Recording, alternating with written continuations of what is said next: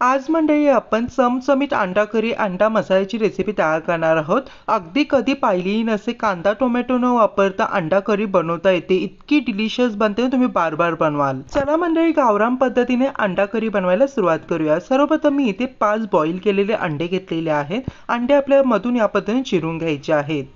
या पद्धतीने आपल्याला सर्व अंडी चिरून घ्यायची, साईडला ठेवायचं आहे। आता बेसिक असं अंडा करीसाठी वाटण तयार करण्यासाठी 7 ते 8 लसणाच्या पाकळ्या आणि भरपूर सारी कोथिंबीर घेऊन या पद्धतीने बारीक वाटायचं आहे। आता अंडा करी तयार करण्यासाठी हाय फ्लेमवरती पॅन ठेवून पॅनमध्ये तेल ऍड करायचं आहे।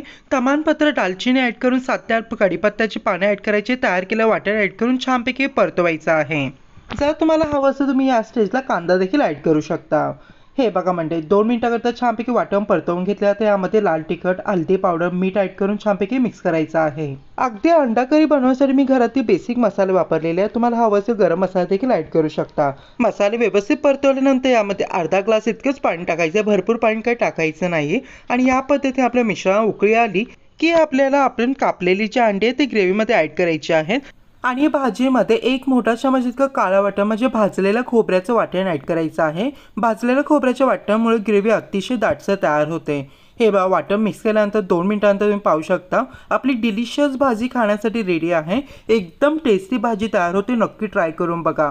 व्हिडिओ इथपर्यंत बघताय तर म्हणजे नक्कीच व्हिडिओला एक लाईक ठोका। तसं आपल्या चॅनलवरती नवीन असा प्लीज आपल्या चॅनल सबस्क्राईब करा, बाजूला जी बेल आहे ते प्रेस करा विसरू नका। नक्की डिलिशियस रेसिपी ट्राय करा। चला मंडळी पुन्हा भेटूया। हर हर महादेव।